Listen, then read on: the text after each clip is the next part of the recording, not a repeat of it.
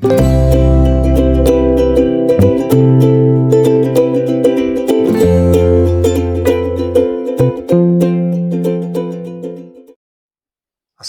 আলাইকুম।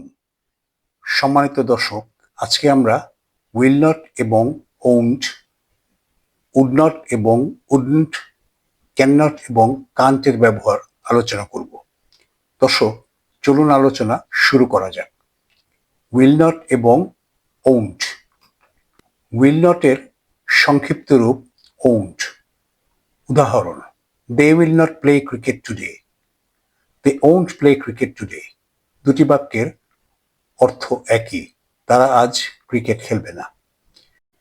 কিন্তু যখন নেগেটিভ কোশ্চেন করা হবে তখন বলতে হবে will they not play cricket today, কিন্তু সংক্ষিপ্ত রূপ ব্যবহার করলে বলতে হবে won't they play cricket today.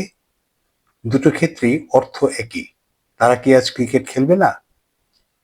Would not এবং উডন্ট। উড নটের সংক্ষিপ্ত রূপ উডন্ট।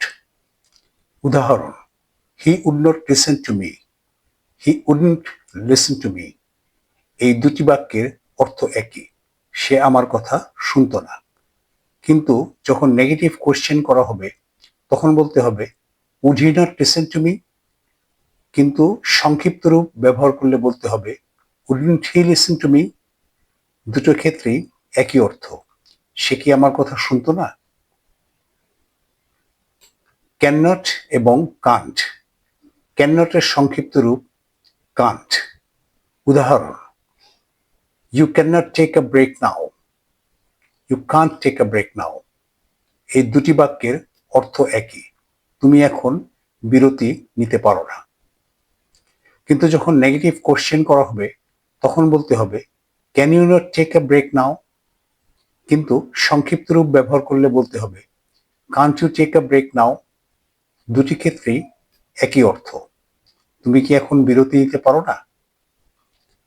দর্শক, বাক্যগুলো ভালো করে অনুশীলন করা প্রয়োজন। স্পোকেন ইংরেজিতে সক্ষমতা অর্জনের জন্য এই অনুশীলন গুরুত্বপূর্ণ। সম্মানিত দর্শক, আজকের মতো এ পর্যন্ত। ভিডিওটি যদি আপনাদের ভালো লাগে তাহলে লাইক, শেয়ার, কমেন্টস এবং সাবস্ক্রাইব করে পাশে থাকার স্বনির্বন্ধ অনুরোধ রইল।